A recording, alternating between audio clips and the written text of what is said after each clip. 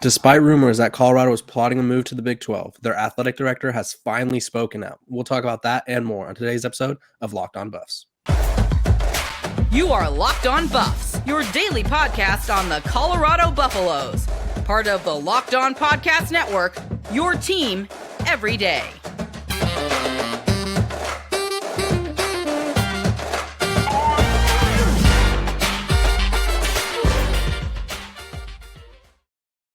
What is up, everybody? This is Locked On Buffs. I am your host, Kevin Borba, and joining me today, John Garcia Jr. John, happy to have you back. We're going to talk about the Colorado's debacle to the Big 12. Is it happening? Is it not? We're going to look at the transfer portal roster needs and kind of go through the roster and what we feel could be best bolstered, if you will. And then Lane Kiffin poked some fun at Deion Sanders, which we're going to talk about that to close the show. There's always something with those two, I feel like. Let's dive right into Colorado to the Big 12. We've all known that the Big 12 has been targeting the four corner schools. Utah, Arizona, and Arizona State have all had, whether it be an athletic director or a president, come out and say that they are loyal to the Pac-12. They plan on staying in the Pac-12. Colorado was the only one that was radio silent. They never said anything. They never committed to the Pac-12, and they never made an effort to shut down the rumors to the Big 12. And I talked about this with John Canzano earlier in the week. He said that Colorado was probably staying in the Pac-12. All of his people from Colorado told him they're Pac-12, they're home there. They said that they plan to stay there unless obviously something terrible happens with the deal. I just thought it was interesting that the person that Rick George, the athletic director, responded to, his profile name is at MHVER3. So it's just some random person who always has the inside scoop on realignment stuff, apparently, for the Big 12 and stuff like that. It's one of those accounts where they have no name, no face, no affiliation, but they have a huge following and report random things. And his tweet was, I heard from a source that the Colorado board may vote on leaving the Pac as early as Monday. And so then Rick George said, there's absolutely no truth to this tweet. John, can you kind of touch on what the heck is happening here with the Pac-12 in Colorado? Classic he said, right? I mean, that is the beauty, peak off-season sort of content type material that we're experiencing here. And look, it's the elephant in the room with the Pac-12. I think it's something we talked about probably on our first show together way back in the day this spring. And it's something we'll continue to talk about until something is finalized, because there are such fluid drivers in the sport right now away from the Pac-12. So the low-hanging fruit is to assume that most of these schools are going to try to develop and potentially execute some sort of plan B. And like you said, with that context, KB, it's not like Colorado was beating the Pac-12 drum, the last 6 months either. So you put all of those things together, and you can't minimize the buzz and the how attractive Colorado might be today compared to 6 months ago. And all of a sudden you get some sources corroborating that fluidity, and you expect some movement there. So that's kind of been the general perception around this thing for the last little bit. So naturally, when a report comes out, it's the perfect opportunity for an athletic director to shut it down. And that's finally what we got from Rick George via Twitter, of all places, basically firmly denying that a vote to exit the Pac-12 is going to potentially go down as soon as Monday. But here's the thing. In journalism, you want to be as correct as possible, obviously, right? You want to report as specifically and as correctly as accurately as possible. But what Rick is denying here can be viewed in multiple ways, in my opinion. All he said is there's no truth to this tweet. So does it mean Colorado is 100% staying in the Pac-12? To me, no. I don't think it's that simple, because the report put out by our mystery person, MHVER3, says that he's hearing there could be an exit and the vote could come as soon as Monday. So I think Rick is attacking the vote portion of the tweet, saying, hey, as soon as the next few days, something could shake. I think that is what Rick George is denying and saying that there is no truth to this tweet. Interesting, he called it a tweet, not a report. There's not a story attached to it. So there's very minimal detail. So we have to infer kind of what our gut tells us to infer with both of the tweets, the original and, of course, Rick George's response. So I do view it as, hey, there's no vote Monday. Nothing is happening as soon as Monday. That's how I initially interpreted what George's response was, as opposed to a blanket, all of this that you're reporting is 100% false. I think he could have been more detailed, and the reporter could have been more detailed on the front end as well. So I'll take it for what it's worth in that there is no vote. There's no news coming Monday specifically relative to Colorado moving on from the Pac-12. Yeah, and I think the funniest part is I'm not even sure that this guy's a reporter. He just has an inside source who's been guiding him through all of this Big 12 stuff. And so if he is a reporter, that makes me feel a little bit better that that's the first person Rick George responds to. But if he's not, it's ironic that the first person we get a comment from is just some Twitter account who they do have a huge following. I'm not going to hate on them, but we don't know who they are, who they work for. So very interesting. I do like your point, though, because going back to it could just mean that at this moment it's not going to happen. That's a good point, because Colorado has the Colorado Regents debacle thing where they have, it's not really a debacle, it's just their process. So if they have to, or if they want to leave the Pac-12, it has to go to a vote. And obviously that voting will be public because you have to go through the regents who file a thing with the government or whatever it may be. I don't really know the ins and outs of the regents, but I just know that it's made public every time. Just like I think it was last month or 2 months ago now, maybe, when they met for the first time to discuss the Pac-12 happenings was the title of the meeting. And so everybody was speculating that they're leaving to the Big 12. So it has to be a public thing. Two, like John Canzano said, he can't fault any program for making sure that they have a contingency plan, because if the Pac-12 does finally secure a deal and it's and they could get significantly more money with the Big 12, that's probably the best move. But if, like he said, it's just going to be $1 to $2 million, there's no point in leaving for those couple million when it could be earned elsewhere. So you never know what's going to happen in Big 12, Pac-12 realignment world. But one thing we do know is that if you're looking for a delicious snack, but you don't want all the sugar and calories, then you need the best tasting protein bar ever that's built. You got to try this. If you're like me and you want to make healthier snack choices, but you don't want to compromise on taste, I've got just the thing for you: Built Bars and Built Puffs. Built Bars are healthy and amazing, and they taste amazing. Seriously, they taste so amazing you won't think they're good for you. You got to try this. What makes Built Bars so good? Well, for starters, they're all covered in 100% dark chocolate. That's right, real chocolate. And they come in unbelievable flavors like churro, peanut butter brownie, and cookies and cream. I'm not sure how Built does it, but these bars taste like a candy bar while maintaining amazing macros. And that's what's even better, is they're healthy. Only 130 calories and 4 grams of sugar with a whopping 17 grams of protein. And now you don't need to wait to get a box. For years, we've been talking about ordering Built Bars at Built.com, but now you could get them at your local Walmart or Sam's Club, while you could still get your specialty flavors still at Built.com.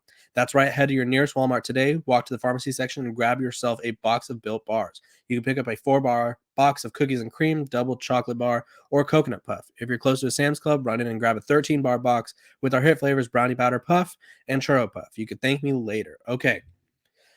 The transfer portal window opens literally in 2 days, which, based off my math skills, means it'll be on a Sunday, if I'm not mistaken. The 15th, right?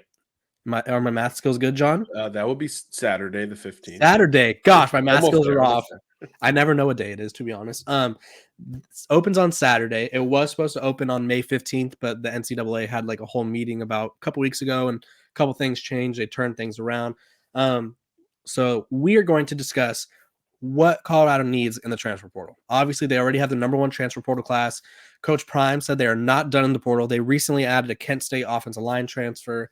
I did think it was interesting that all 9 of their offensive line transfers were starters wherever they were last year, whether it be at the JUCO level, the FCS level, Power 5 level.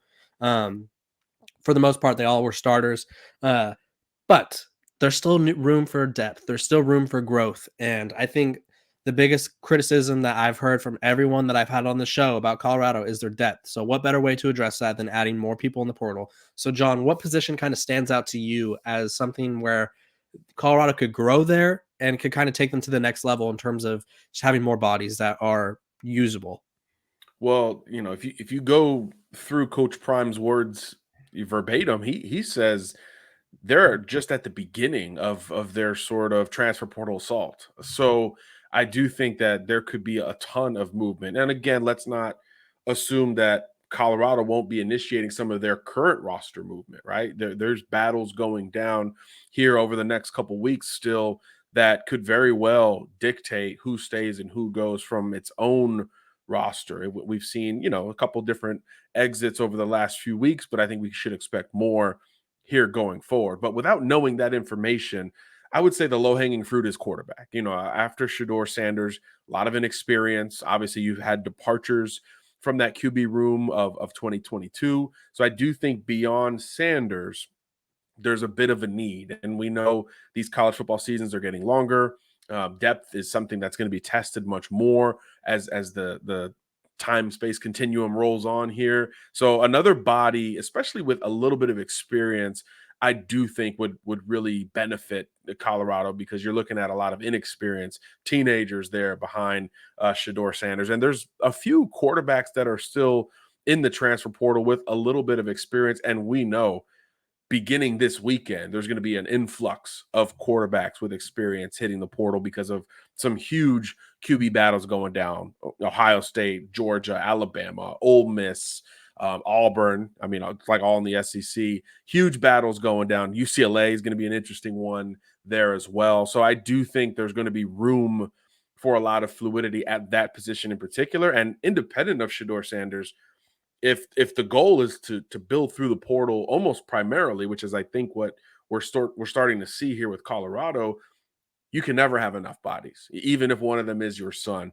So I do think that quarterback is the low hanging fruit. We should expect some action, maybe plus and minus simultaneously there for Colorado. And then my brain went to the trenches thereafter. You mentioned a lot of transfers coming in on the offensive line. To me, there you can never have enough, and that's something that Bill O'Boyle has alluded to just this week, in that not only is he acclimating himself to these players, but it's going vice versa. And those Colorado holdovers, even though there's 3 or 4 starters coming back, they've dealt with so many offensive schemes, so many offensive line coaches, that there's really sort of a blank slate there with this new coaching staff. So I do think it creates a little bit more openness in trying to find out not only your best 5, but what the 2 deep looks like thereafter. And there happens to be, I would say right now, I think offensive line might be the best position available in the transfer portal. Wide receiver is close, and QBs are going to overtake that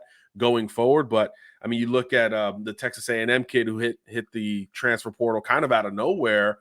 If there's a school that you think can come out of nowhere and participate and contend for a portal player, Michael Wyckoff is his name, it would be Prime in Colorado. Hey, you weren't recruited by us before. We don't know you too well, but come visit Boulder and give us a shot, basically. That's an all SEC interior lineman. And on the interior especially, I do think there needs to be a little bit more of a push, because Van Wells is kind of penciled in as the guy.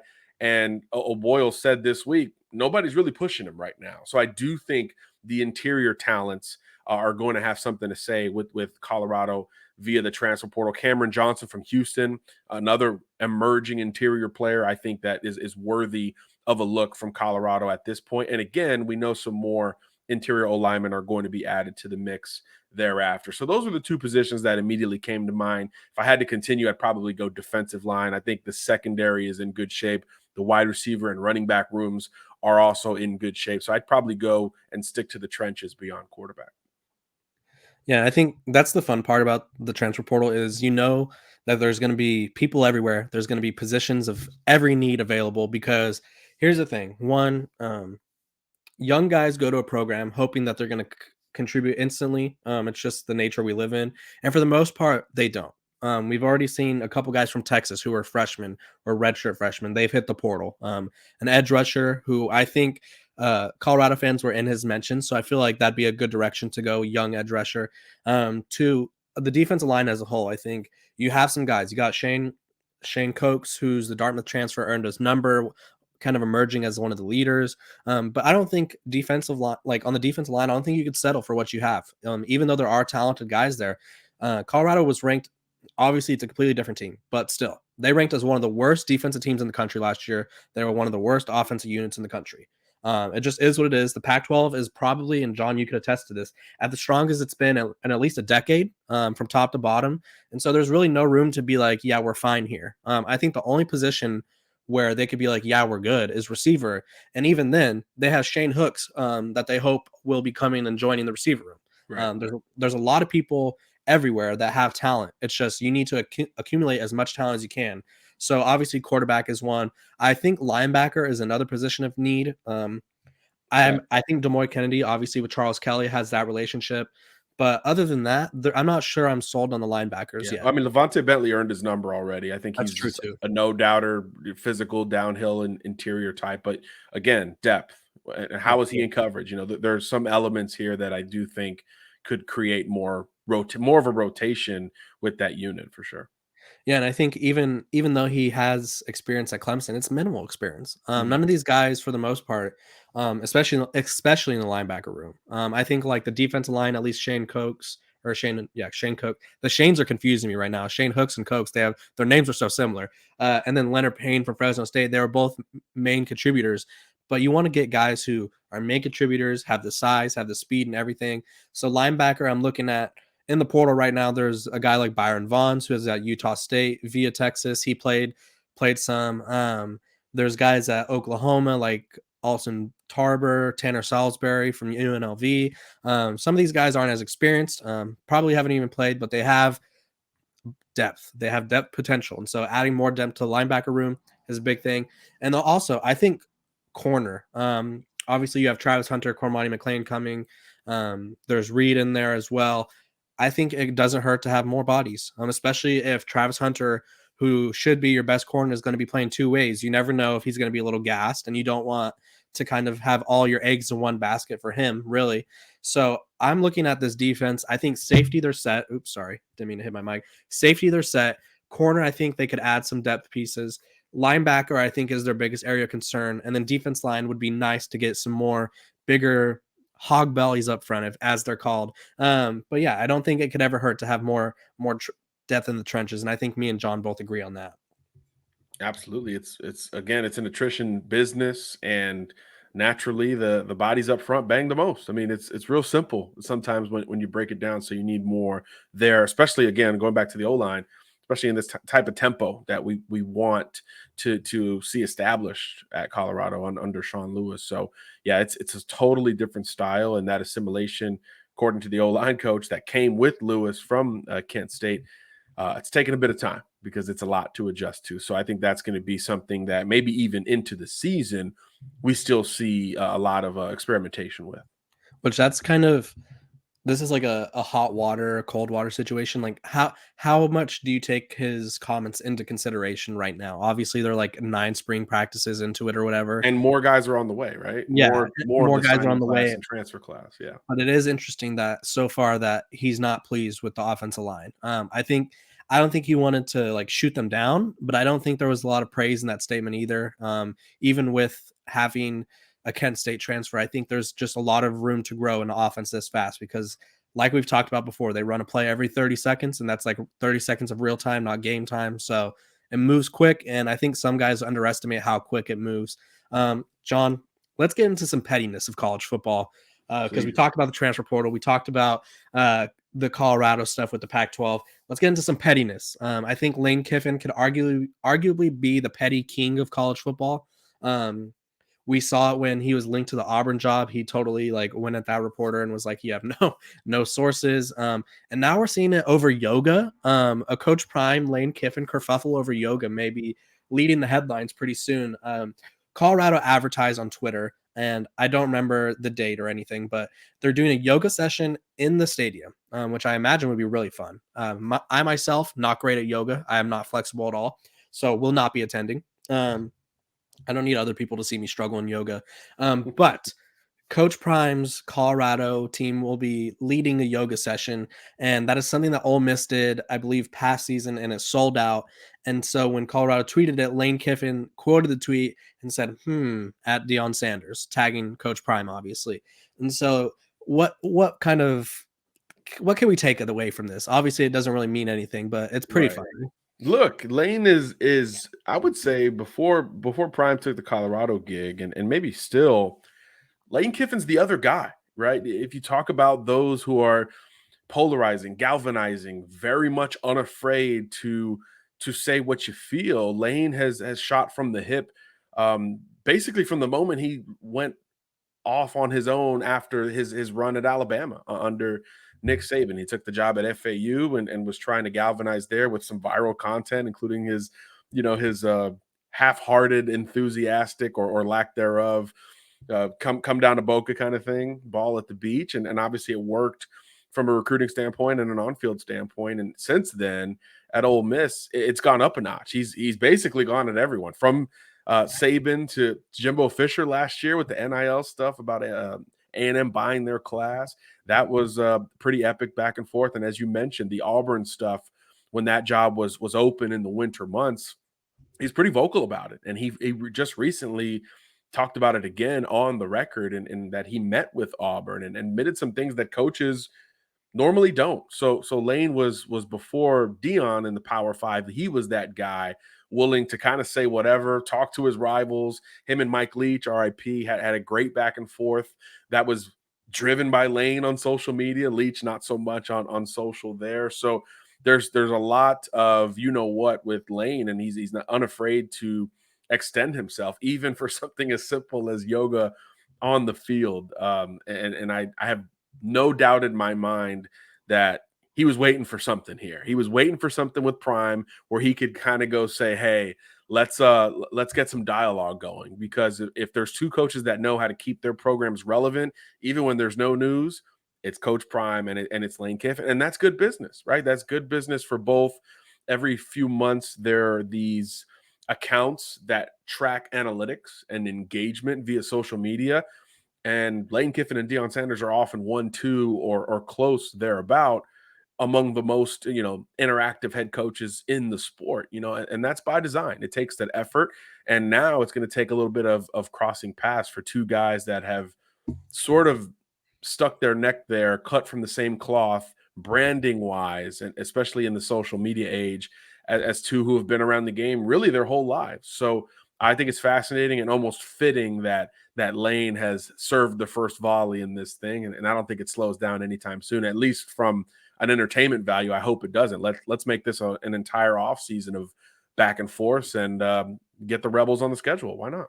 Yeah, I think the funniest part too is while they're different people, I guess you could say, in terms of mannerisms, they are both very vocal on social media. Lane Kiffin, and honestly, because I think he has a son who's like 13 or like middle school age, it wouldn't surprise me if his son contributes to his Twitter. Like, Lane just says the funniest stuff on Twitter, whereas Coach Prime is more interactive with fans. He's like, what's the best spot in Colorado to eat? Where can I get a Kubota or whatever four-wheel vehicle he was wanting? Yeah. It just makes me laugh because they're honestly building their programs in similar fashions. Ole Miss has the number 7 transfer class in the country right now. And then they also had a top 20 recruiting class. So they obviously know they both value the portal. They both can recruit well. I think it's just Lane Kiffin trying to, I wouldn't say stay relevant because he is relevant, but it's Lane Kiffin kind of built using Coach Prime's platform, because obviously you're going to get all the Colorado fans interacting. The come to the SIP thing has been trending. Like, I think of all the programs, I think that's the only saying that I know by heart. Like, I feel like I've heard come to the SIP so many times, and it's like, if you ask branding me, it on hoodies just like Prime too. yes, right? Yep. if you ask me what, like, I don't know, Texas's saying is, they have all gas, no brakes, but like Oklahoma, for example, I don't know what they say. But I know come to the SIP. Like, I know that's out there. And so Lane Kiffin has never been shy about creating a little controversy on social media. And I think Coach Prime will probably respond because he's a man of the people. I don't think Coach Prime will get caught up in social media beefs, but I think when he knows it's a joke like this, he'll do some banter with it. And I think that just kind of shows how they're the modern football coaches of college football. But yeah, you never know. I'm going to need Kendrick Breedlove, who transferred from Ole Miss to Colorado. I need him to comment. I'm going to need him to comment on these two coaches the next time that he's available. So Colorado media, those close to Boulder, make it happen. Let's keep it going. Let's get a comment on Lane Kiffin in the sip. But this has been Locked on Buffs. We appreciate you guys for listening and watching. However you get our podcast, we're available on YouTube, Spotify, Apple, wherever you get your podcast. Make sure to like, subscribe, share with a friend. We appreciate you guys. We appreciate the support we've been getting. We're well over 1,000 subscribers, and we're hoping to continue that number. John will be back tomorrow, I believe, and we will be again talking all things Colorado football. So I appreciate you guys for tuning in, and we will see you guys tomorrow. Peace.